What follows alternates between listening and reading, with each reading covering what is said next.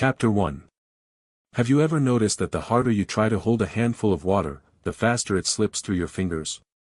You tighten your grip, your knuckles turn white, your muscles ache with the effort of containment, yet the water remains indifferent to your struggle. It simply finds the path of least resistance, flowing around your locked fingers and returning to the earth. What if your life is exactly like that water? What if the exhaustion you feel, the persistent, low-level hum of anxiety that follows you from your alarm clock to your bedside table, is not a sign that you aren't working hard enough, but a symptom of how hard you are gripping the wrong things? We live in a culture that worships the altar of more. More effort, more speed, more control, more output. We are taught from childhood that if we aren't sweating, we aren't succeeding. We are conditioned to view resistance as a hurdle to be jumped and life as a series of obstacles to be conquered through sheer force of will. But look around. Look at the people who are burning themselves out, chasing the horizon, constantly moving but never arriving. Is this truly the pinnacle of human experience? Consider the words of the Nazarene, who taught that we need not worry about tomorrow, for tomorrow will worry about itself. He spoke of the birds of the air and the lilies of the field, creatures that do not toil or spin, yet are clothed in splendor greater than any king. This is not a call to laziness or apathy. It is a profound invitation to a different way of being, an invitation to trust in a rhythm that exists beneath the noise of our daily obligations. There is a natural order to the universe, a silent current that carries all things forward. When you row your boat against that current, you exhaust yourself and make little progress. When you turn the boat around and align yourself with the flow, you find that the journey becomes effortless. You are still moving, still arriving at your destination, but you are no longer the one bearing the weight of the motion. This is the hidden art of effortless living. It is the practice of Wu Wei, the wisdom of action through non-action. It is not the absence of work. It is the absence of unnecessary struggle.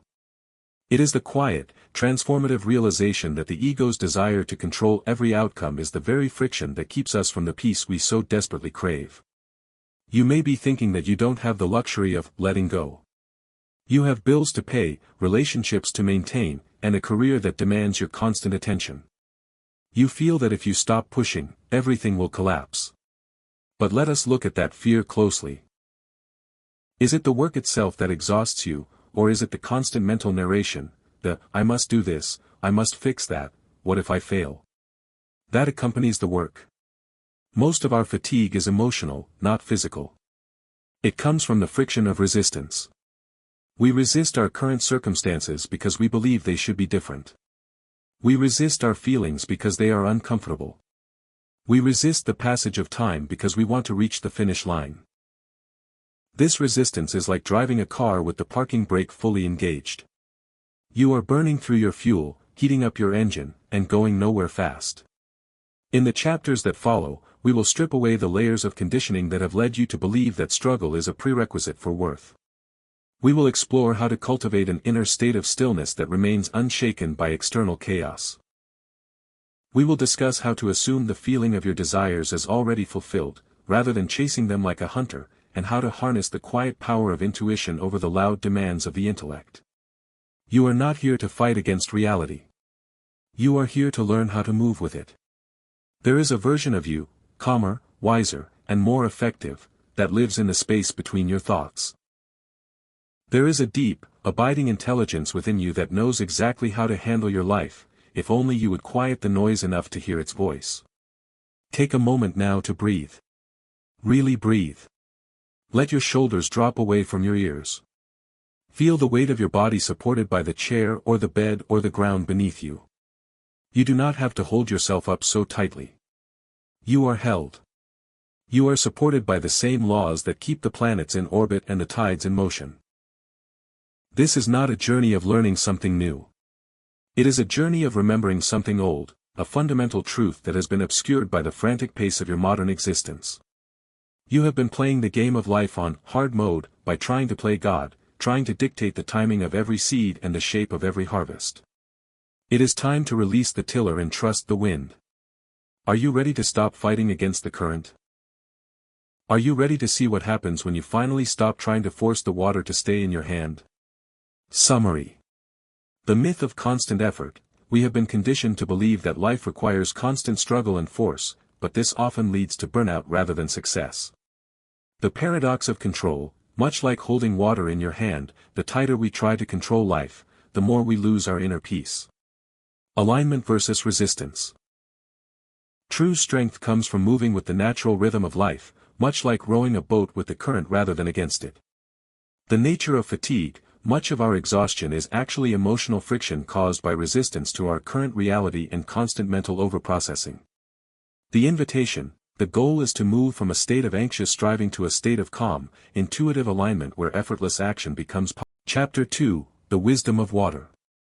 If you want to understand the nature of effortless living, you need only look to the river. Have you ever stood by a mountain stream and watched the water make its way down to the valley? It does not boast of its strength. It does not argue with the rocks that stand in its path. It does not become angry when it hits a ledge, nor does it panic when the channel narrows. It simply flows. When the water encounters a boulder, it does not stop to debate whether the rock deserves to be there. It does not try to shatter the stone with a single, violent blow. It simply moves around it. It finds the path of least resistance, yet in its persistence, it shapes the very earth it travels over. It is soft, fluid, and yielding, yet it is more powerful than the hardest granite. We often view our challenges as obstacles that must be destroyed. We treat our problems like walls to be battered down. But this mentality of force is exactly what keeps us stuck. When you meet a difficulty with rigid resistance, with anger, frustration, or a desperate need for things to be different right now, you are creating a dam. You are stopping the natural flow of your own life energy. Consider your own life through this lens.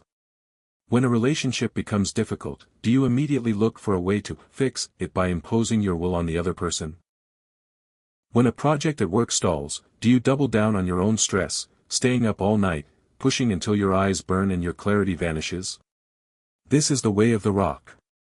It is the way of the ego, which believes that if it isn't fighting, it isn't relevant. But the way of the water, the way of Wu Wei, is to accept the landscape as it is, and then to navigate it with intelligence and grace. Accepting the landscape does not mean you are passive. It means you are observant. When you stop fighting the reality of your current situation, you suddenly have the mental and emotional energy to see the solution that was invisible before. Resistance blinds you, acceptance clarifies your vision. Think of a time you were truly lost in a task you loved, perhaps gardening, painting, writing, or simply listening to someone you care about. In those moments, you weren't trying to force the outcome. You were fully immersed in the process. Time seemed to stretch or disappear. You were not thinking, "Am I doing this perfectly?" or "What will they think of this?" You were simply being the channel through which the action occurred. That is the feeling of effortlessness.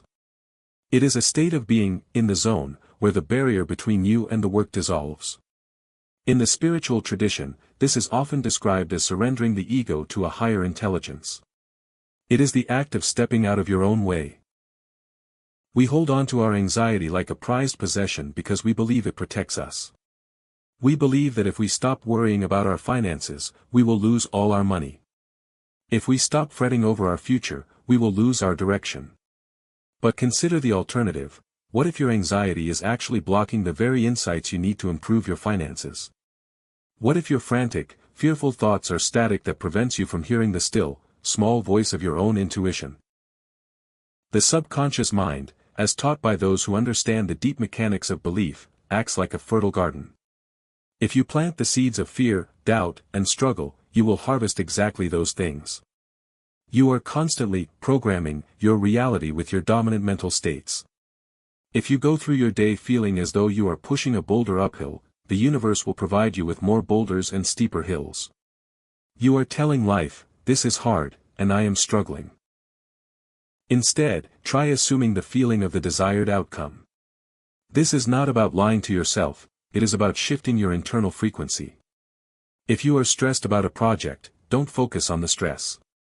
Instead, close your eyes and ask yourself, "How would I feel if this were already completed with grace and ease?" Feel the relief in your chest. Notice how your shoulders drop. See yourself finishing the task with a calm, steady hand. By assuming this feeling, you change your internal vibration.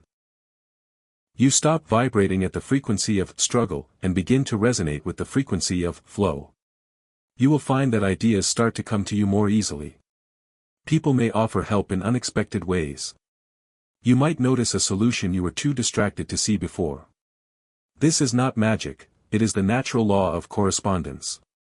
Your inner state dictates your outer experience. To live effortlessly is to practice the art of detachment from the outcome. This sounds counterintuitive in a world obsessed with goals. You can have a goal, and you can work toward it, but you must hold it with an open palm rather than a clenched fist. When you attach your worth and your happiness solely to a specific, rigid outcome, you invite fear. If that outcome is delayed, you suffer. If it changes, you despair. But when you remain detached, you are free. You are saying, I am moving toward this goal with everything I have, but I trust that whatever unfolds is for my highest good. This shift allows you to be flexible. It allows you to pivot when life presents a new path. It turns your life into an adventure rather than a prison. Practice this today, when you feel yourself becoming rigid, when you feel that tightening in your stomach, that pressure to make something happen, stop. Take a deep, intentional breath.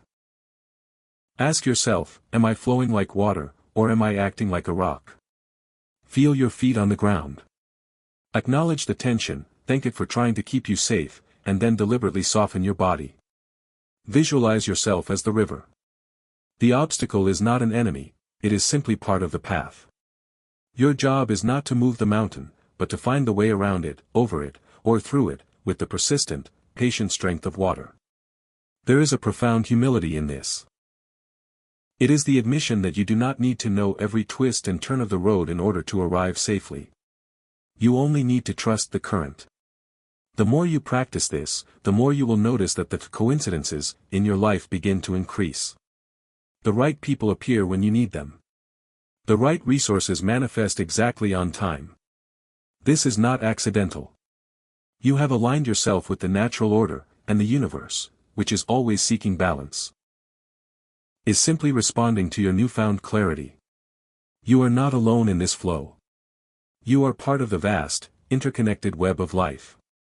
When you stop fighting, you finally have the space to witness the beauty of the unfolding. Summary. The power of water, we should emulate the river, moving around obstacles rather than forcefully trying to destroy them. The ego's resistance, forcing outcomes, is the ego's way of feeling control, but it creates internal dams that stop our momentum. The shift in programming, by shifting our internal state from stress to the feeling of the goal already achieved, we align our subconscious with our desires. Detachment as freedom, holding goals with an open palm rather than a clenched fist, prevents suffering and keeps us flexible. Practical application: when you feel tension, physically soften and consciously pivot to a flow state rather than a fight state. Chapter 3: The Architecture of Stillness. We have spoken of the river and the necessity of flowing, but for the river to run clear, the water must be allowed to settle. If you stir up the silt at the bottom of a pond, the water becomes murky and chaotic. You cannot see through it. You cannot see what lies beneath the surface. Your mind is very much the same. Most of our lives are spent in a state of agitation, constantly stirring the silt of our own thoughts, worries, and projections. We believe that thinking is the same as solving. We imagine that if we just analyze our problems long enough, if we ruminate on the what-ifs and the should-haves, we will eventually arrive at a solution. But the truth is, the mind is a wonderful servant but a terrible master.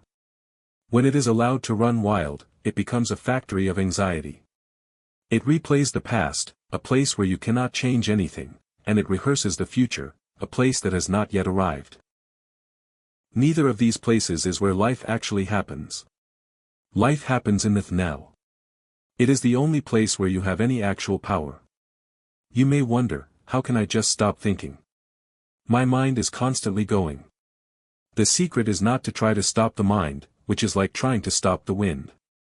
The secret is to learn how to inhabit the space behind the mind, the quiet, observing witness that remains calm regardless of the thoughts appearing on the screen of your consciousness.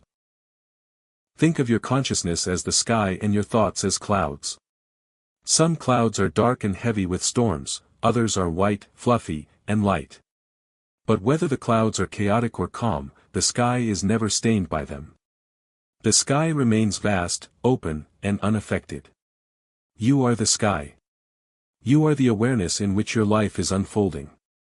This architecture of stillness is built through the practice of intentional silence. In our modern, hyper-connected world, silence is often viewed as an emptiness that must be filled. We fill it with music, podcasts, scrolling, and background noise. We are terrified of being alone with our own company. But it is only in the quiet that the wisdom of the soul can finally be heard. When you practice stillness, you aren't doing anything, which makes the conditioned part of you feel very uncomfortable. It will tell you that you are wasting time, that you should be productive, that you are falling behind. This is the voice of the ego, which is addicted to motion. Ignore it. Every day, dedicate a small portion of your time to absolute, intentional stillness. Sit in a chair. Close your eyes. Do not try to meditate in the sense of forcing your mind to be blank. Simply observe your breath. When a thought comes, and it will, do not judge it. Simply notice it, like a cloud passing by, and return your attention to the rhythm of your breathing. By doing this, you are teaching your nervous system that it is safe to be still. You are signaling to your body that you are not under threat. This state of stillness is where the kingdom of God within, as spoken of in ancient texts, truly resides. It is not a place you travel to, it is a dimension of your own being that you have simply forgotten to visit. When you anchor yourself in this inner stillness, you begin to act from a place of inspired action rather than reactive compulsion. What is the difference? Reactive compulsion is what you do when you are stressed. You send that angry email, you make that impulsive purchase, you lash out at a loved one because you feel pressured. Inspired action, however, arises from a place of calm clarity. It is the action you take when you are centered, when your perspective is broad, and when you are aligned with your true purpose. Inspired action feels light. It doesn't drain you, it leaves you feeling energized because it is in harmony with your nature. Many of us feel disconnected from our purpose because we are too busy to listen to it. We are so focused on the how and the when of our lives that we have lost touch with the why. If you want to know what your next step should be, you don't need more information, you need more stillness. The answers you are searching for are already buried deep within you, waiting for the silt to settle so they can rise to the surface. There is a powerful technique for this. The next time you face a difficult decision or a moment of overwhelming stress, stop. Do not move. Do not act. Do not send that text. Physically remove yourself from the situation if you can. Go to a room, step outside, or just sit in your car. Breathe until you can feel the floor beneath your feet and the air in your lungs. Ask yourself, what would I do if I were acting from peace instead of fear? The answer that comes from that place of peace is almost always the right one. It may not be the easiest answer in terms of social approval, but it will be the one that leaves your soul unburdened. Embrace the power of pauses. Our culture encourages us to reply to messages instantly, to fill every silence in a conversation, to finish every project at record speed. But there is great power in the pause. A pause creates a gap in the matrix of your daily routine. It is in that gap that you find your freedom. You become the conscious director of your life rather than a character following a script written by others. As you cultivate this stillness, you will notice a fascinating shift. People around you may become more erratic or stressed, but you will find that you are less affected by their energy. You are no longer like a mirror, reflecting the chaos of the world back into your own heart. You are becoming a steady light, a grounded presence. This is the ultimate form of influence. By mastering your own stillness, you bring a healing frequency into every room you enter. You become a calming anchor for your family, your friends, and your colleagues. You don't have to preach or lecture, your very existence serves as a testament to the fact that it is possible to live in the world without being overwhelmed by it. You are learning to build a sanctuary that you can carry with you, wherever you go. No matter what is happening on the outside, deadlines, the traffic, the difficult news, the architecture of your inner world remains intact. This is the quiet confidence that radiates from those who have learned the art of effortless living. It is not a lack of depth, it is an abundance of peace. Summary. The silt of the mind, constant rumination stirs up mental chaos, preventing us from seeing reality clearly. The observer self, we are not our thoughts, we are the aware consciousness that observes them, much like the sky observing the clouds. The necessity of silence, daily intentional stillness is required to move from reactive, stress-based living to inspired, intuitive action. The power of the pause. Creating a gap before responding allows us to choose peace over fear and reclaim our agency. Becoming an anchor, as we cultivate internal stillness, we become a stabilizing presence for others, exerting influence through our calm rather than our force. Chapter 4, The Art of Letting Go. We have explored the river's path and the sanctuary of stillness, yet there is one final, often elusive hurdle we must face, the act of releasing. To live effortlessly is to practice the art of letting go. We are taught that holding on is the hallmark of commitment and strength, but there is a profound difference between holding on with purpose and clutching in desperation. Most of us are walking through life with heavy, invisible backpacks. Inside are the grievances we refuse to forgive, the mistakes we continue to beat ourselves up over, the rigid expectations we have for how our partners should behave, and the desperate need to be right. We think that by carrying these things, we are protecting ourselves or preparing for the future. In reality, we are simply walking slower, breathing shallower, and becoming exhausted long before we reach our destination. Surrender is often misunderstood as defeat. We hear the word and imagine a white flag, a giving up of the fight, or an admission of weakness. But in the context of effortless living, surrender is the ultimate act of courage. It is the conscious decision to stop fighting against the nature of reality. It is the realization that you cannot force the tide to turn or the sun to rise faster. When you surrender, you are not saying, "I don't care." You are saying, "I recognize that there is a higher intelligence at work, and I am willing to cooperate with it rather than resist it."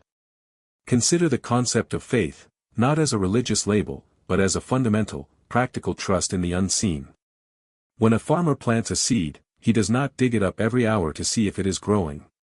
He trusts the soil, he trusts the rain, and he trusts the inherent intelligence of the seed to become the plant it was designed to be. He does his part. He clears the weeds, he waters the ground, but he knows that the transformation itself is a miracle beyond his control. Why do we treat our lives differently? We plant a seed of intention, and 5 minutes later, we are digging it up to check on its progress, terrified that it isn't working fast enough.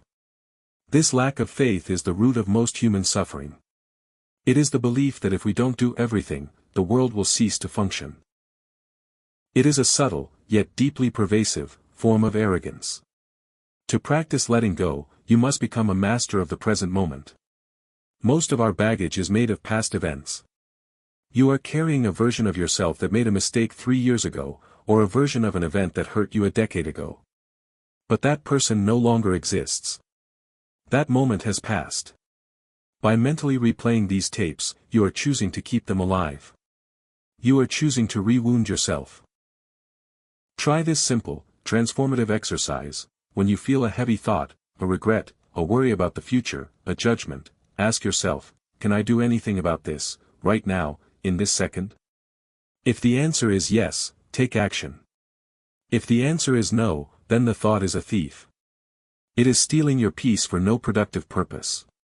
In that moment, consciously exhale and say to yourself, I release the need to carry this. Visualize yourself physically opening your hands and letting the weight drop. Feel the relief in your arms and shoulders. You are not saying the situation doesn't matter, you are saying that holding onto it in your mind provides zero utility. This is where the wisdom of detachment becomes your greatest asset. Detachment is not coldness, it is clarity. It is the ability to care deeply about the people and projects in your life without becoming a prisoner to their outcomes. When you are detached, you are resilient. If a relationship ends, you feel the grief, but you do not crumble, because you know your essence is not dependent on that person's presence. If a business deal falls through, you learn the lesson, but you do not define your identity by the failure. There is a divine economy to this. When you create space by letting go of the old, the heavy, and the fearful, you automatically make room for something new. You cannot fill a cup that is already full. You cannot receive a new blessing if your hands are clenched around the shards of an old disappointment. By letting go, you are creating a vacuum that the universe, which loves growth and expansion, will naturally rush to fill. Many people fear that if they let go, they will lose their motivation.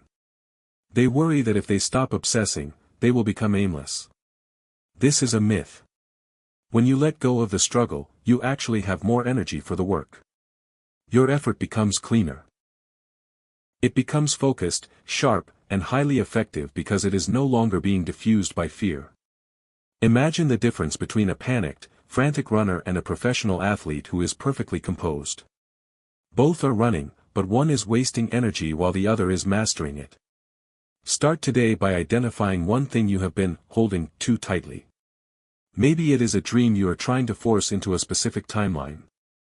Maybe it is the need for a specific person to change their mind. Maybe it is a standard of perfectionism that makes every day feel like a test. Acknowledge that this grip is costing you your peace. Then, take a deep breath, and as you exhale, practice the sensation of loosening your hold. You are not losing your grip on your life, you are gaining a grip on your own peace. You are aligning yourself with the infinite wisdom that governs the stars, the seasons, and the turning of the earth. You are finally allowing yourself to be carried by the current of your own destiny, rather than spending your entire life fighting to swim upstream. The beauty of this life is that it is designed to support you. You were not born to struggle. You were not sent here to be a servant to your own anxiety. You were created for harmony, for expansion, and for the quiet, unshakable confidence that comes from Chapter 5, The Alignment of Purpose. We have discussed the flow of water, the architecture of stillness, and the courage of letting go. Now, we must address the destination. If we are no longer pushing against the current, and we are no longer burdened by the past, where are we heading? Many people are terrified of the idea of effortless living, because they fear it means becoming a leaf blowing aimlessly in the wind. They worry that if they stop striving, they will lose their purpose. But the opposite is true. When you are in a state of constant, frantic striving, you are rarely pursuing your purpose. You are usually pursuing someone else's version of success, or you are running away from a feeling of not enough. You are not moving toward a destiny, you are running away from an insecurity. True purpose is not something you find out there in the world, like a lost set of keys. It is something you reveal from within by removing the debris that covers it.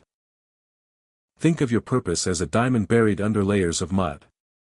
The mud is the social conditioning, the fear of judgment, the need for approval, and the habits of comparison. Effortless living is not the absence of work, it is the process of washing away the mud so that the diamond can shine its natural light. When you are truly aligned with your purpose, your work stops feeling like a sacrifice and starts feeling like an expression. This is the secret to sustained, high-level contribution. People who burn out are usually forcing themselves to be something they are not, or pushing for results they don't actually care about. When your life is aligned with your core nature, that spark of divine intelligence within you, work becomes a form of play. It is still demanding, yes, but it is good tired. It is the exhaustion of a runner who has finished a beautiful, challenging race, not the exhaustion of a prisoner breaking rocks. This alignment requires deep self-honesty.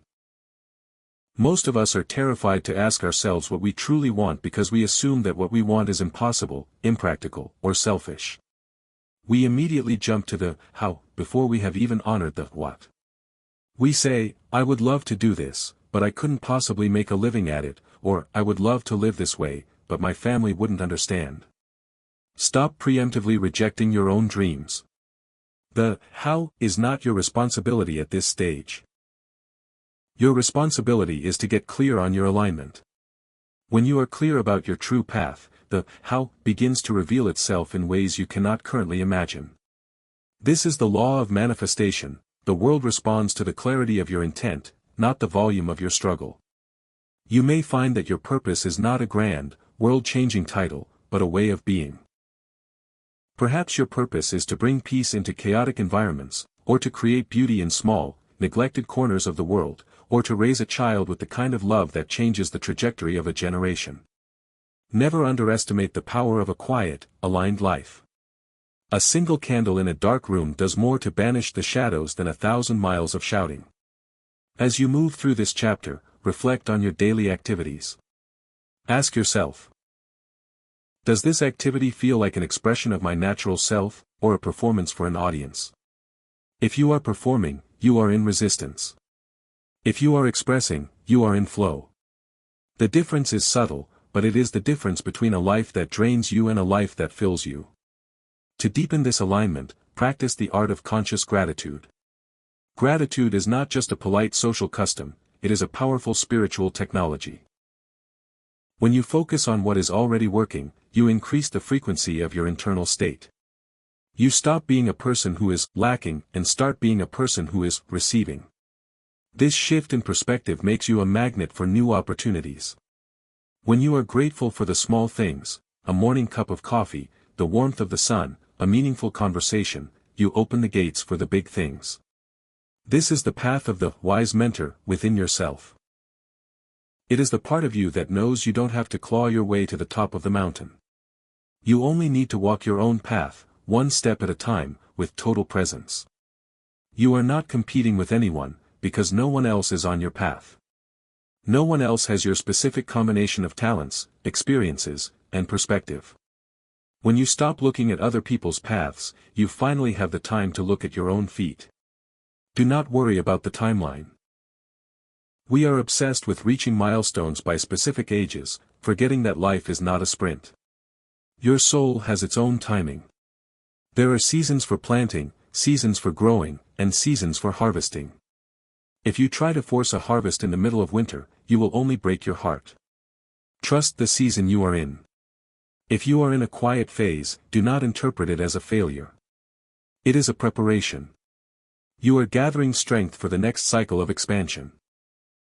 Finally, remember that you are a spiritual being having a human experience. You are not a machine designed to produce output. You are a consciousness designed to experience, to learn, and to grow. The joy is in the experience itself. The destination is just a point on the map, life is the journey between points. If you take only one thing from this book, let it be this: you are safe. You are supported. You can drop the shield. You can stop the war. You can finally afford the luxury of being yourself. That is the ultimate effortlessness. Summary. Purpose as revelation. Our true purpose is already within us, obscured by fear and conditioning. It is not something we need to chase, but something we need to uncover. Expression versus performance. Authentic work is an expression of our inner nature, whereas struggle is often the result of performing for others or pursuing things that don't truly matter to us. The power of clarity. Focus on the what of your heart's desire. The how will naturally align itself once you move from a place of clarity rather than scarcity. The role of gratitude. Gratitude shifts our frequency from lacking to receiving, making us a magnet for the resources and opportunities we need.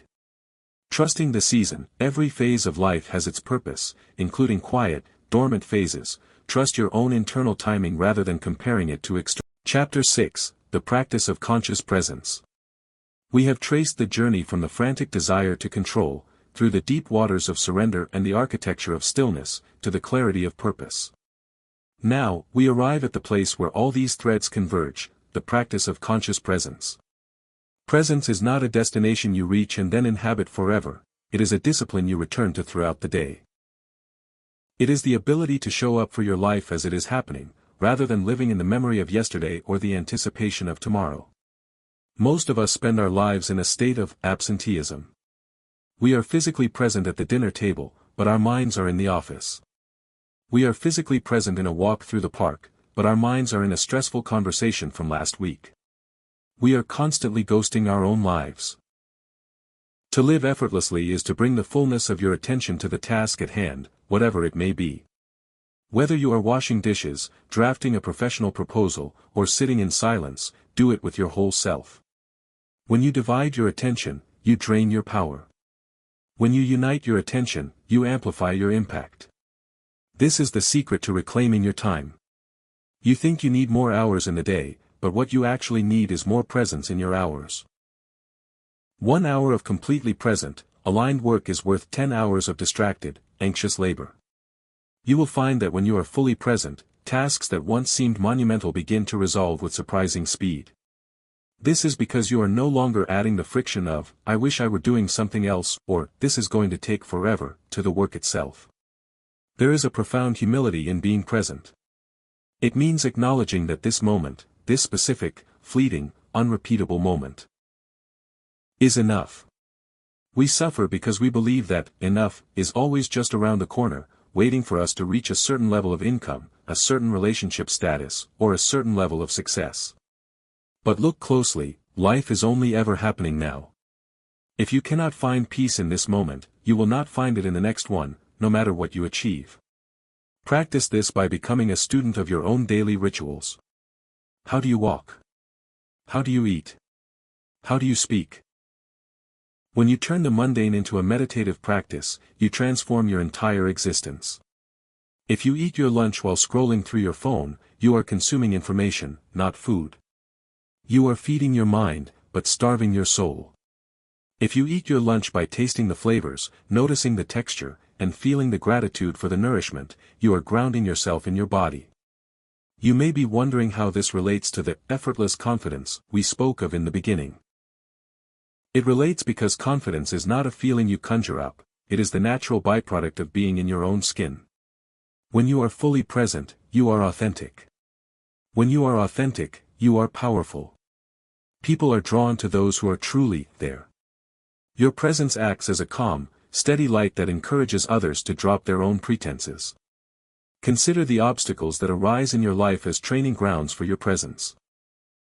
When a conflict occurs, do you immediately spiral into the fight mode of the ego, or do you take a deep breath and stay present to the reality of the situation? Staying present allows you to see the other person's humanity, even when they are acting out of fear. It allows you to speak your truth without needing to attack. This is the softness that overcomes hardness that the ancient sages spoke of. You don't need to win the argument, you need to remain true to your own stillness. As you go about your week, set gentle reminders for yourself. You might place a small note on your desk, or use a specific sound, or even a sensation like touching a ring on your finger, to prompt you to return to the present. Ask yourself, am I here? You will be surprised at how often the answer is no. Do not judge yourself for your mind's tendency to wander, simply bring it back with love. Every time you bring your attention back to the present, you are building a muscle of consciousness. You are strengthening your ability to remain anchored, no matter how wild the seas of your external life become. This practice will also reveal the truth of your problems. Many things that seem like urgent catastrophes are actually just temporary conditions of the current moment. When you stay present, you realize that most of these conditions are fleeting. They are passing weather patterns. You are the sky, and the sky does not get upset because there is a storm. The storm is just a temporary expression of the atmosphere, and eventually, the sky returns to clarity. You are developing a new relationship with yourself, one based on compassion rather than the relentless, inner taskmaster. You are learning to listen to your body's signals. If you are tired, you rest. If you are hungry, you eat. If you are overwhelmed, you stop and breathe. You are learning to trust the rhythm of your own soul. This is the ultimate form of self-care. It is not about bubble baths or vacations, although those things are fine.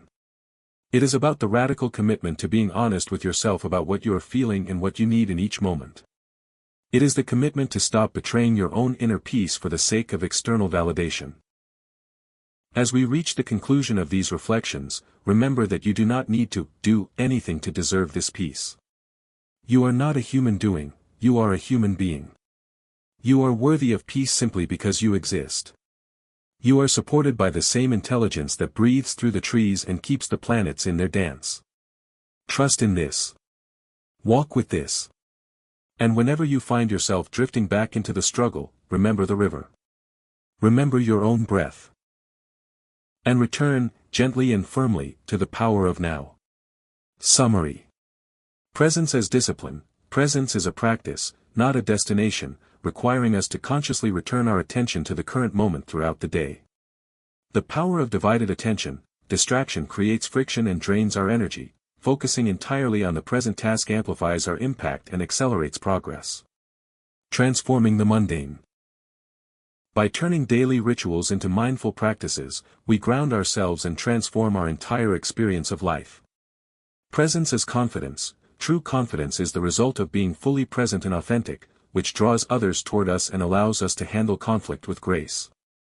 The radical commitment. Self-care is the commitment to listen to our internal needs and stop betraying. Chapter 7. The Integration of Inner Power. We have traveled through the philosophy of the river, the sanctuary of stillness, and the discipline of presence. You may now be asking, how do I keep this? How do I take this feeling of alignment out of this book and into the office, the grocery store, and the middle of a family disagreement? Integration is the bridge between wisdom and experience. It is not enough to understand the concepts, you must become the embodiment of them. The world does not need more people who can lecture on peace, it needs more people who can radiate it. The secret to integration is consistency over intensity. Many people have a spiritual high after reading a book or attending a retreat, but they try to change their entire life in a single weekend. They force themselves into new habits, judge themselves when they fail, and eventually collapse back into their old, stressful patterns. This is the force mentality appearing in the disguise of growth. True integration is gentle. It is the steady, quiet commitment to small, consistent shifts. It is the decision to start your day with 5 minutes of stillness rather than checking your phone. It is the choice to take a deep, conscious breath before sending a difficult email. It is the practice of noticing, with kindness, when your mind begins to sprint toward the future, and whispering to it, it is okay. We are here, and we are safe. You will have days when you fail. You will have days when you slip back into old patterns of reaction, anxiety, and frustration. When this happens, do not judge yourself. Judging yourself is just another form of resistance. Instead, practice the art of returning. Like a climber who slips on a rock, you do not throw your equipment away and give up, you find your footing, you steady your breath, and you begin again. The ability to return to your center is the most important skill you will ever learn. As you integrate these principles, you will notice that your definition of success begins to change. You will care less about the applause of the crowd and more about the quiet satisfaction of a life lived in integrity. You will stop comparing your behind the scenes to everyone else's highlight reel. You will recognize that your unique journey has value, regardless of whether it looks like anyone else's path. This shift will naturally change your relationships. When you stop trying to control others, when you stop demanding that they meet your expectations for how they should think, act, or feel, you give them the greatest gift you can offer, the freedom to be themselves. This, in turn, creates space for them to meet you with more openness and love. Resistance begets resistance. Love begets love. You will find that as you soften, the world around you begins to soften as well. You might also find that your relationship with time shifts. You no longer feel that rushed energy that plagues so many. You move through your day with a sense of deliberate ease. You are not slow, but you are also not scattered. You are operating at the frequency of inspired action. You have learned that when you trust the timing of life, you arrive exactly when you are supposed to arrive. The frantic pace is replaced by a steady, rhythmic stride. Remember the metaphor of the water, the river does not worry if it will reach the ocean. It simply trusts the path and continues its descent. You are also on your way. You are being moved by a force that is far greater than your own intellect. You are held by a grace that knows the way even when you feel lost. Take this knowledge into the world. You are not meant to live in a cave of isolation. You are meant to be a participant in the human experience, fully engaged, fully vibrant, and fully awake. Use your talents, pursue your dreams, and love your people, but do it from a place of deep, inner anchoredness. Do it from the place where you know that your worth is not on the line, your peace is not for sale, and your connection to the divine is permanent. There is no end to this journey. It is a spiral that continuously deepens. You will return to these lessons again and again, and each time, you will find a new layer of meaning. You are growing, you are expanding, and you are becoming more of who you were always meant to be. Today, as you close this book, do not look for a giant sign in the sky. Look for the small, quiet signs of grace in your daily life. Look for the moments where you choose patience over irritation. Look for the moments where you choose trust over worry. Look for the moments where you simply breathe, and realize that you are here, you are enough, and you are home. You are the river. You are the stillness. You are the flow. Walk forward with confidence. The path is open, the current is steady, and you are exactly where you are meant to be. Summary. Consistency over intensity. Lasting change comes from small, daily shifts in behavior rather than intense, short-lived bursts of effort. The art of returning. When you slip into old patterns of stress, avoid self-judgment and simply practice returning to your center. This skill is the essence of mastery. Redefining success. Alignment leads to a shift in values, where inner integrity and authentic living become more important than external validation or comparison. Softening relationships. By releasing the need to control others, we create space for genuine connection and harmony in our interactions. Chapter 8, The Eternal Now of Prosperity. Many believe that prosperity is a distant prize to be won through endless struggle, a finish line located somewhere in the future. We live in a world that conditions us to believe that we must earn our worth through toil, that the universe is a stingy accountant and we must fight to secure our share of the bounty. But this is a fundamental misunderstanding of the nature of the universe. Prosperity is not an arrival, it is an overflow. If you look at the natural world, you see no evidence of scarcity. The trees do not worry about whether there will be enough sunlight for every leaf. The tide does not panic about whether it will have enough water to return to the shore. Nature exists in a state of constant, effortless circulation. It gives, it receives, and it renews. Prosperity is simply the human expression of this same cycle of circulation. When you live with an effortless mindset, you stop treating resources as finite things to be hoarded and start treating them as energy to be circulated. You stop acting from a place of lack, where every decision is driven by the fear of losing, and start acting from a place of abundance, where every decision is driven by the desire to create, contribute, and express. When you are stressed about money or success, you are literally closing yourself off from the channels of inspiration that would lead you to solutions. You are tightening your grip, and in that tightness, you create a vacuum that pushes away the very things you desire. Have you noticed how the people who seem to effortlessly attract wealth and opportunities are often the most relaxed? It isn't because they don't care. It is because they have realized that their inner state is the primary cause of their outer experience. This is the principle of mental causation. Your thoughts and feelings form the blueprints for your life. If your blueprint is drawn with lines of anxiety and panic, your house will be unstable. If your blueprint is drawn with lines of calm, trust, and gratitude, your house will be built on a firm foundation. By maintaining your inner peace, you are doing the most important work possible for your external prosperity.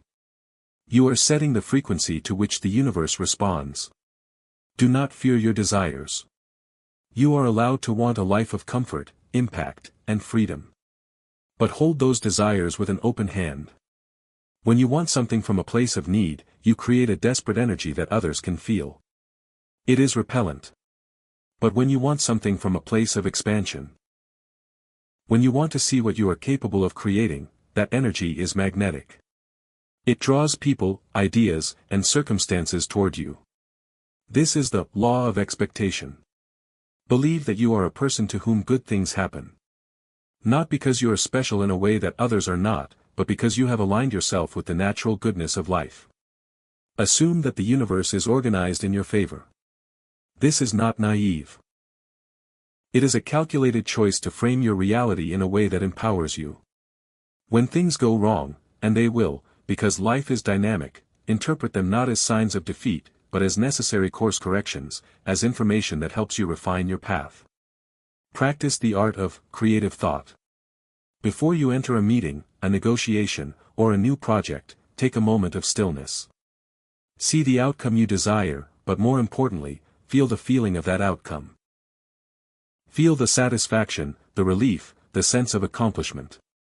Then, release it. Let go of the how. Step into the room and give your full, undivided attention to the people in front of you. By doing this, you have done the inner work, and you are now free to do the outer work with total presence. This is the beauty of the hidden art of effortless living. It allows you to be highly effective while remaining deeply peaceful. You are no longer wasting energy on the friction of resistance. You are like a laser beam, focused, intense, and quiet. As you conclude this book, I want you to make a promise to yourself. Promise that you will not mistake busyness for purpose. Promise that you will not mistake anxiety for preparation.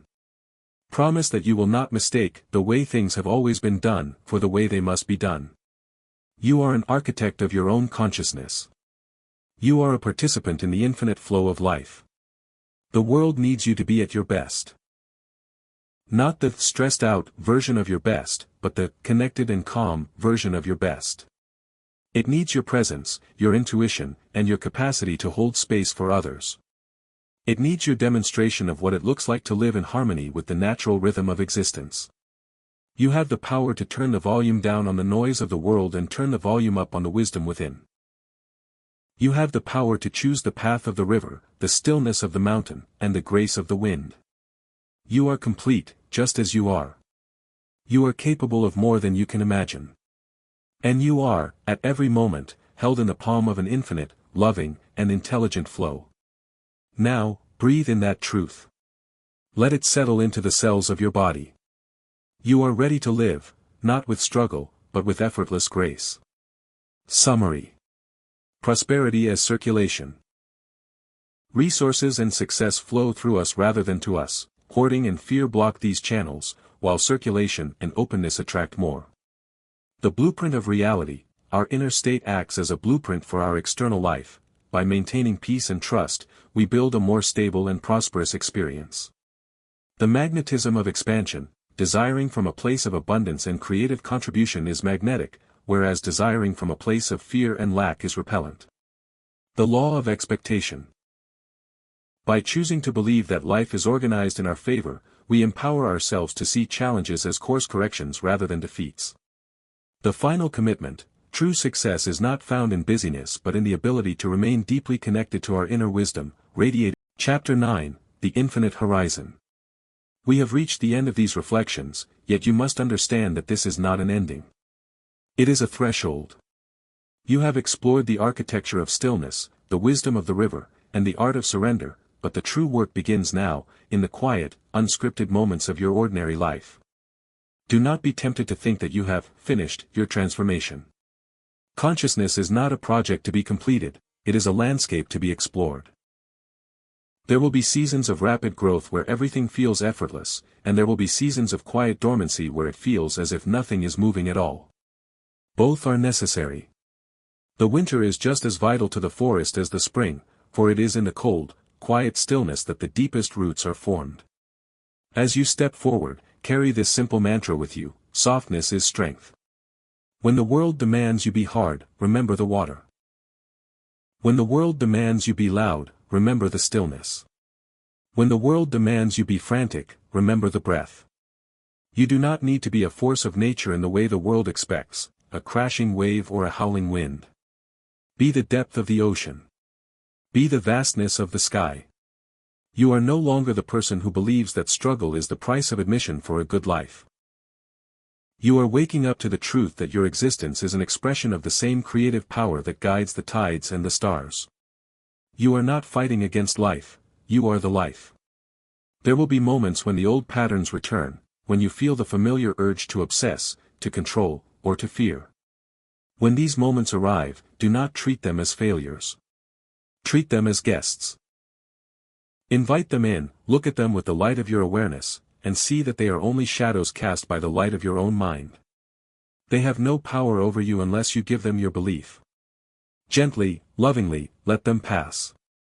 Remember that you are supported. There is a deep, abiding intelligence that governs your being, from the beating of your heart to the complex synchronicities that bring the right person into your life at the exact right moment. You are not navigating this existence alone. You are an integral part of a vast, interconnected web of purpose and light. As you move through your days, look for the evidence of this support. Notice how the light hits the trees in the evening. Observe the way a difficult situation resolves itself the moment you stop white-knuckling the outcome. Pay attention to the sudden flashes of intuition that provide the answer you were looking for, not when you were straining for it, but when you were finally quiet enough to listen. These are not coincidences, they are the markers of your alignment.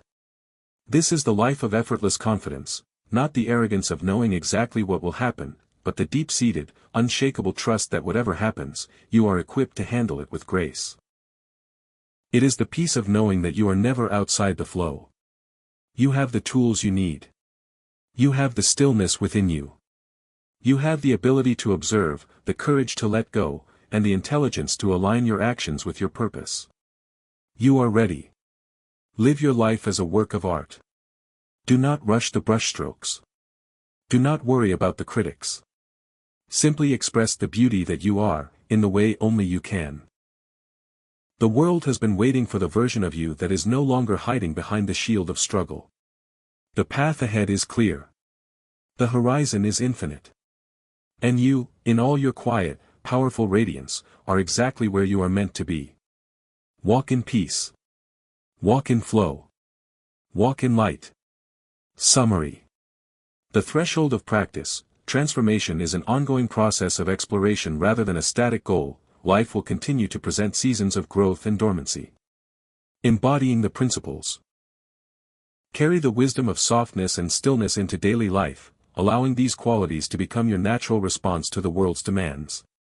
Dealing with old patterns. When fear or the urge to control resurfaces, treat these tendencies as transient visitors rather than personal failures, letting them pass through the light of your awareness. Trusting the support system.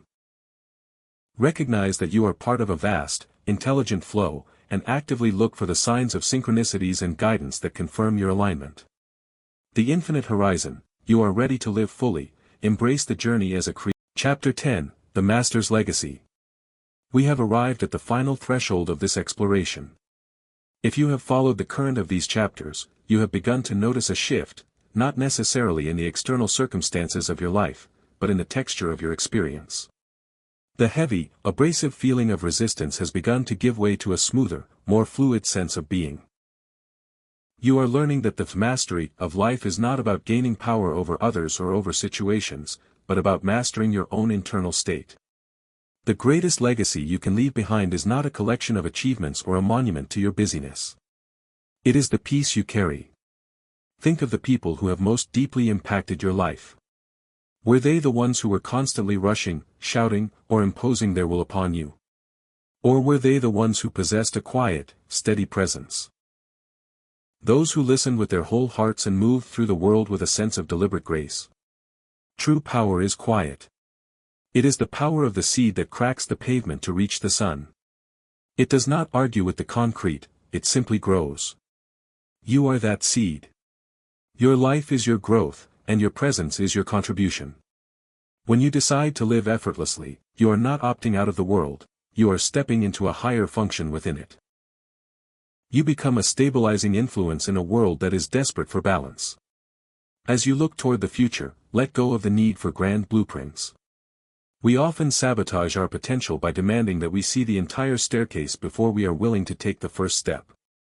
But life rarely reveals the whole staircase at once. It gives you enough light for the step you are on. Trust that the next step will appear exactly when you are ready to receive it. This is the ultimate expression of faith. Moving forward not because you have a map, but because you trust your compass.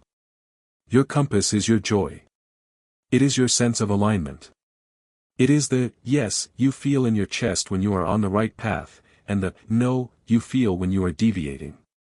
Honor those internal signals above the external pressures of opinion, trend, or expectation.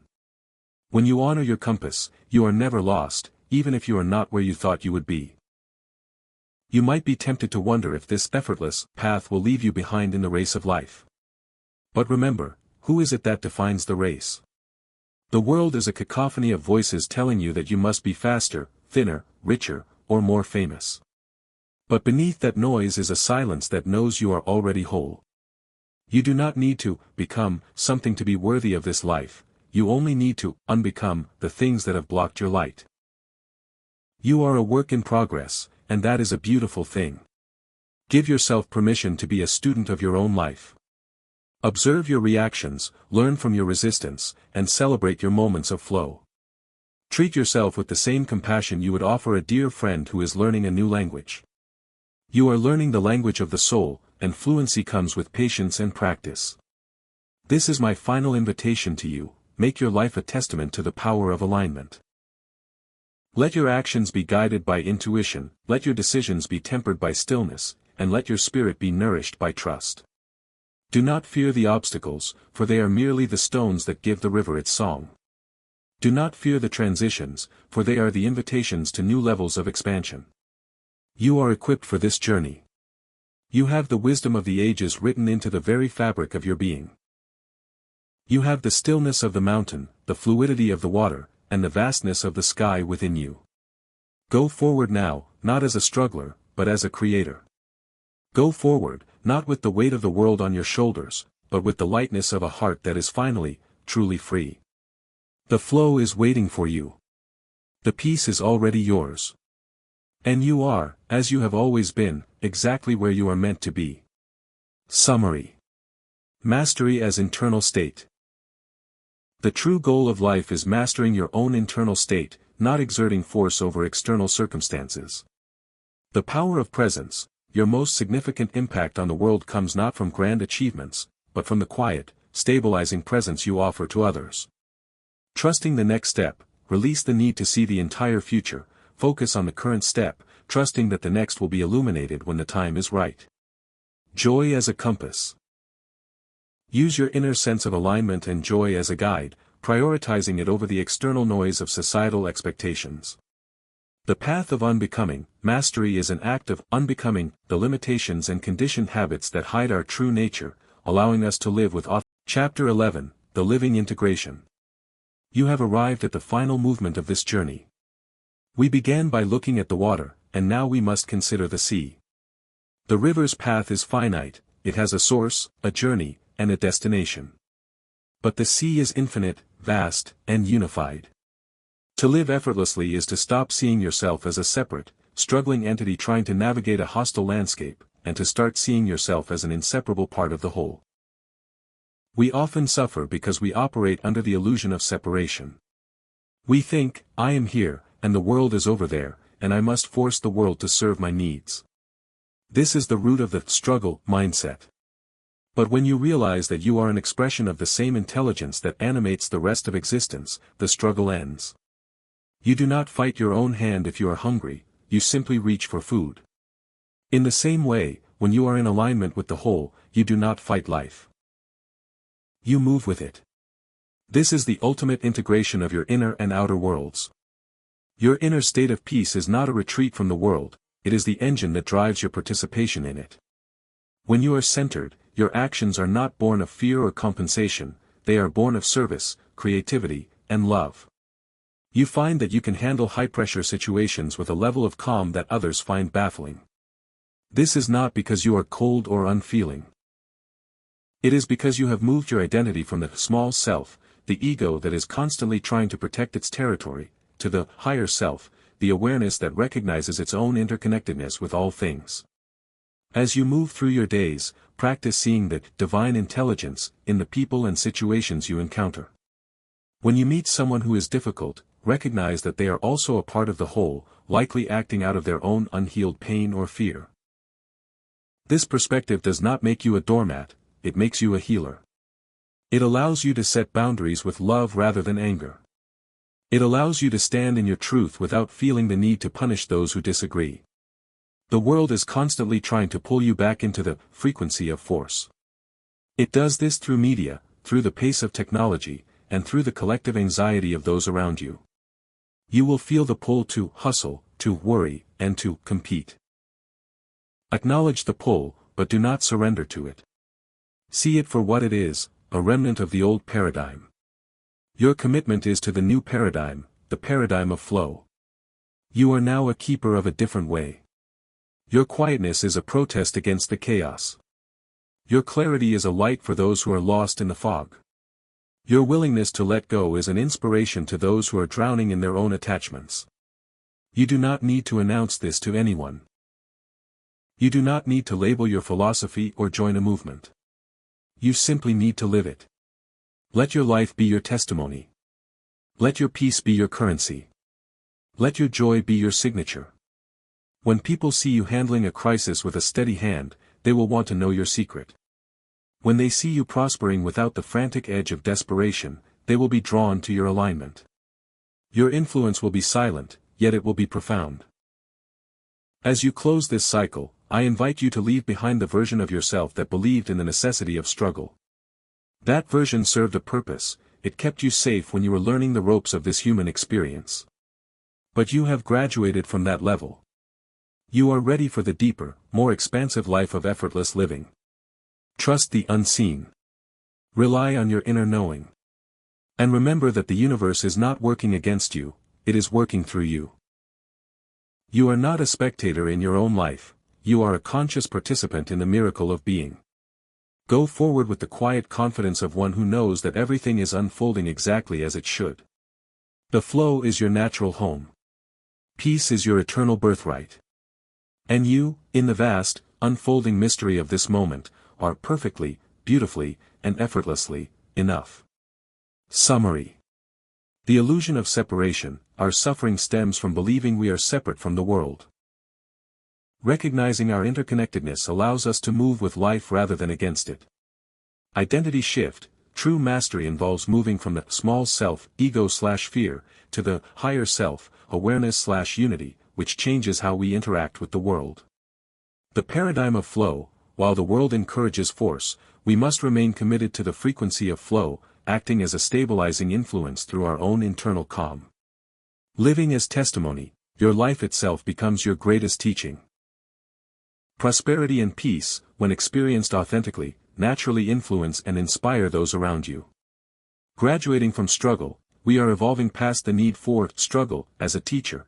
Trust in the unseen intelligence that guides your life and step into your role as a conscious, effortless participant. Chapter 12, The Horizon of Light. We have spoken of the river, the sanctuary, and the infinite sea. Now, we stand at the threshold of the eternal present. You have cultivated the discipline of presence, you have mastered the art of surrender, and you have aligned your purpose with the natural rhythm of life.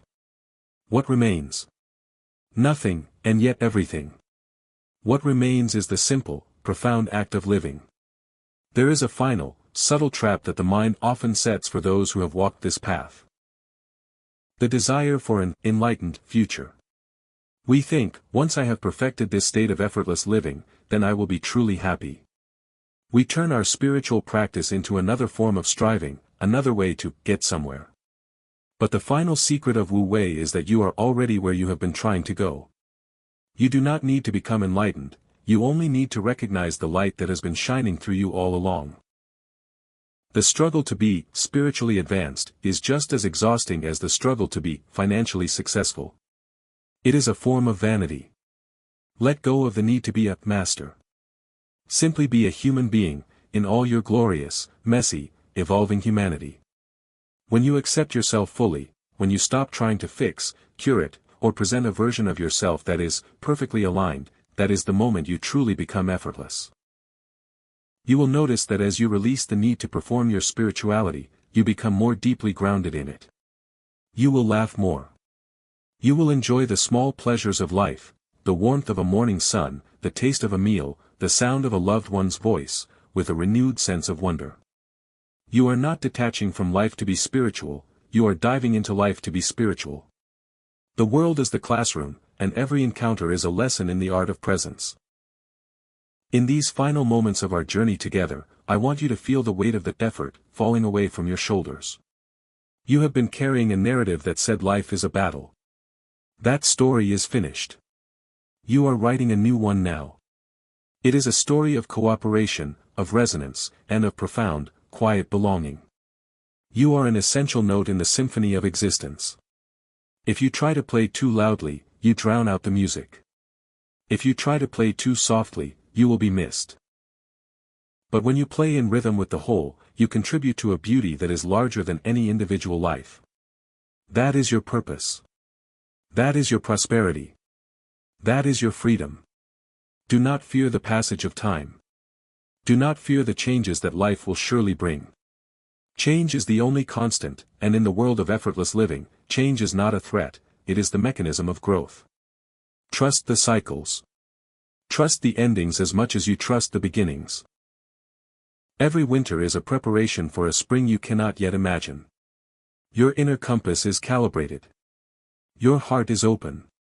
You have learned that the strength of the willow is in its ability to bend, not in its ability to resist the storm. Go now and be the willow. Bend with the winds of change, find your roots in the soil of the present moment, and stand tall in the light of your own authentic being. The teachings offered here are not a set of laws to be memorized, they are keys to be used. They are meant to unlock the door to the wisdom that has been waiting for you, quiet and patient, behind the noise of your own mental activity. You are a traveler who has returned home. The home is not a place, it is a state of mind. It is the realization that no matter where you go, or what you do, you are always at the center of your own universe. You are always held by the grace that moves the stars.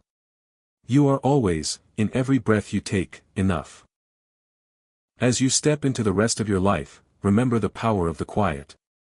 Remember the strength of the soft. And above all, remember the joy of simply being. The flow is steady, the light is constant, and you are exactly, perfectly, and effortlessly, home. Summary. The trap of spiritual striving. True effortlessness means releasing the desire to become anything, even an enlightened person. It is the acceptance of your current humanity. Diving into life.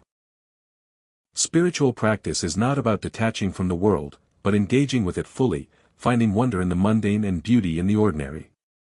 Rewriting your story. The narrative of life as a battle is over. Replace it with a story of cooperation, resonance, and belonging to the whole.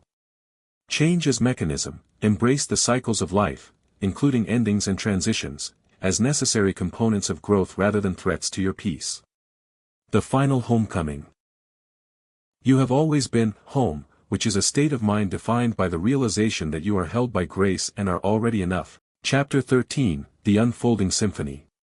If this journey has taught you anything, I hope it is this: you are not the conductor of the orchestra of your life, but you are the primary instrument.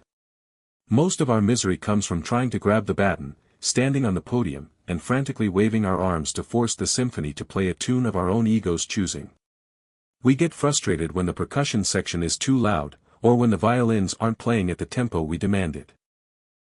We sweat, we shout, and we lose our connection to the melody. The art of effortless living is the act of putting the baton down, picking up your instrument, and playing your part with total, surrendered excellence. When you play your part, the music happens through you. You are no longer responsible for the entire composition, you are only responsible for the quality of your own contribution. When everyone in the orchestra, and every circumstance in your life, is trusted to play its role, the result is a masterpiece of divine coordination. This perspective shifts your relationship with difficulty entirely. When a discordant note occurs in your life, a setback, a rejection, a sudden change, you no longer interpret it as a failure of your control. You view it as a necessary dissonance in the composition. The most beautiful symphonies contain tension, minor keys, and moments of silence. These are not mistakes, they are elements of depth. Without the shadow, the light has no form. Without the challenge, your character has no depth. As you move forward, practice the habit of deep listening. In the world of music, you cannot play with others if you are only listening to yourself. You must listen to the space between the notes. You must listen to the rhythm of the life around you. This is the ultimate form of situational awareness. When you are fully present, you begin to sense the tempo of your environment. You know when to push, and you know when to pause. You know when to speak, and you know when the most powerful thing you can do is to hold your tongue. This is the integration of the soul and the situation. You are not a separate island, you are a participant in a grand, unfolding event. There is wisdom in the room, wisdom in the marketplace, and wisdom in your family that you can access simply by quieting your internal monologue. When you stop projecting your needs onto the world, you can finally hear what the world is asking of you. You will find that as you embrace this role, your to-do list becomes less of a burden and more of a creative playground. You are not checking boxes to prove your worth, you are checking boxes as an expression of your service and your potential. The energy behind your work changes. It becomes light. It becomes joyful. It becomes, quite literally, effortless. I want you to reflect on the concept of inheritance.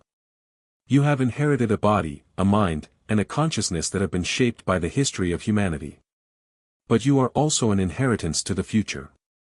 The way you choose to show up, the way you choose to be calm, to be patient, to be loving in the face of pressure, is the inheritance you pass on to those who watch you. Your children, your colleagues, your friends, they learn more from the frequency you carry than from the words you speak. By choosing the path of effortless living, you are silently teaching everyone around you that they, too, are allowed to breathe. So, how do you sustain this? By remaining a student of your own unfolding. Keep asking yourself the hard, honest questions. Keep returning to the sanctuary of your stillness. Keep letting go of the heavy baggage you picked up along the way. Stay curious about what life is trying to reveal to you next. The horizon you are looking at is not a finish line. It is an opening. It is a portal into a way of being that is more vibrant, more connected, and more profoundly peaceful than you have ever known. You have the tools, you have the understanding, and most importantly, you have the choice. Each morning, before you step out into the world, make a simple commitment. Today, I will flow. Today, I will listen. Today, I will trust. Do not worry about whether you do it perfectly. Just do it. The consistency of your commitment is the secret to the longevity of your peace. You have done the work of peeling back the layers. You are standing in the center of your own truth. The symphony is playing, the stage is set, and your part is beautiful. Play it with love. Play it with courage.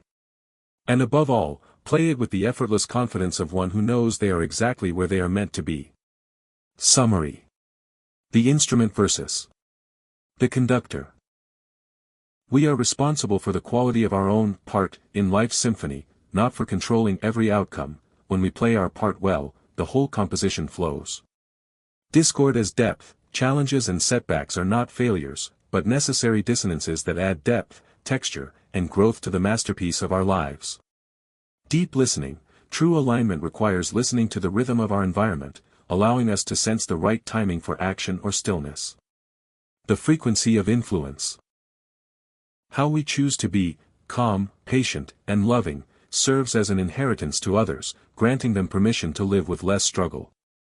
The daily commitment, sustainability is found in the simple, daily choice to flow, listen, and trust, regardless of external. Chapter 14, The Final Frontier of Surrender.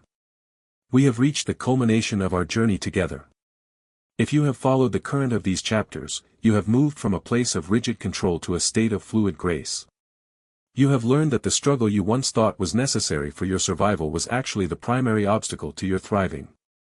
But there is one final, silent frontier to address, the surrender of the becoming. Most of us spend our lives in the becoming phase. We are always trying to become better, become wiser, become more successful, or become more enlightened. We live our lives in the future tense. When I achieve this, then I will be at peace. This is the subtle, final trick of the ego. It convinces you that there is a version of you waiting in the future who is finally good enough to deserve the peace you currently deny yourself. But what if you are already the person you are searching for? What if the mastery you seek is not an acquisition, but a subtraction? What if you are like a sculptor who, instead of adding clay to a statue, simply chips away the stone to reveal the masterpiece that was already there? To surrender the becoming is to embrace your being. It is the radical acceptance that you do not need to improve yourself in order to be worthy of the universe's love, abundance, or peace. You are not a project. You are an expression of the divine intelligence that created the cosmos. You don't ask a flower to become a flower, it simply blooms. You don't ask a star to work hard to shine, it simply radiates. Why do you insist on judging yourself by a standard that doesn't exist in the rest of nature? This surrender is the ultimate act of effortless living. It is the end of the war with yourself. When you stop fighting your own humanity, your mistakes, your moments of fatigue, your doubts. You discover a wellspring of quiet power. You realize that your flaws were never defects, they were simply the unique textures of your individual human experience. They are what make your song yours. As you move forward, I want you to replace the word striving with the word blooming. Striving is exhausting, it implies pushing against gravity.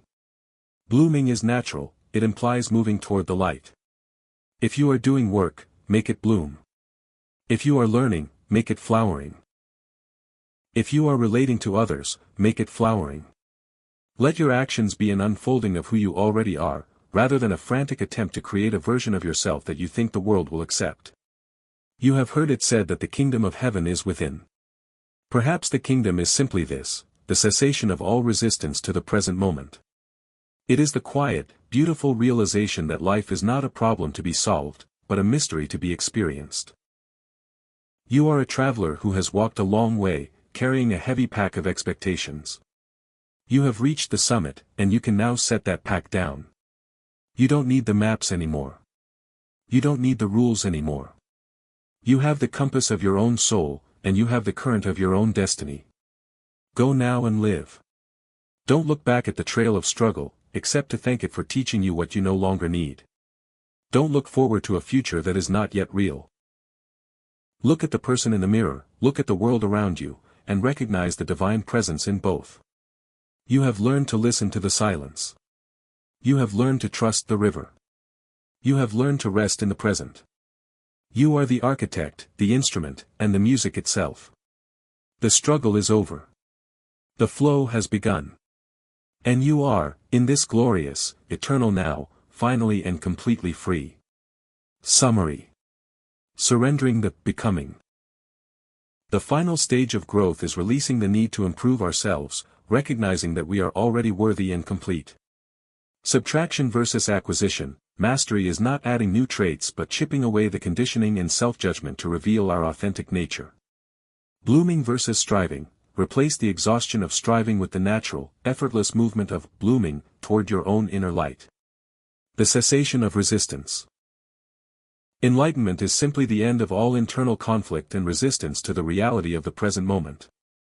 Final freedom. By setting down the heavy pack of expectations, we step into the freedom of being a Chapter 15, The Unending Dawn. You have reached the final page of this reflection, yet you are standing at the beginning of an entirely different life. We have traveled from the rigid, fearful need to control, through the deep, healing waters of surrender, and into the luminous clarity of conscious presence. If you feel a sense of lightness as you finish these words, it is not because I have given you something new, it is because I have helped you set down something old. The weight you have been carrying, the belief that you must fight to survive, that you must strain to succeed, and that you must perform to be worthy, was never yours to carry in the first place. You were simply conditioned to pick it up, and through this journey, you have learned the art of putting it down. You are now a keeper of the flame of effortless living. You know that true strength is found in the soft, not the hard. You know that true wisdom is found in the stillness, not the noise. And you know that true power is found in alignment, not in force. As you return to the world, to your work, your family, your ambitions, and your daily routines, do not try to apply these principles like a set of rigid instructions. Instead, let them become the background radiation of your existence. Let them color the way you see every encounter.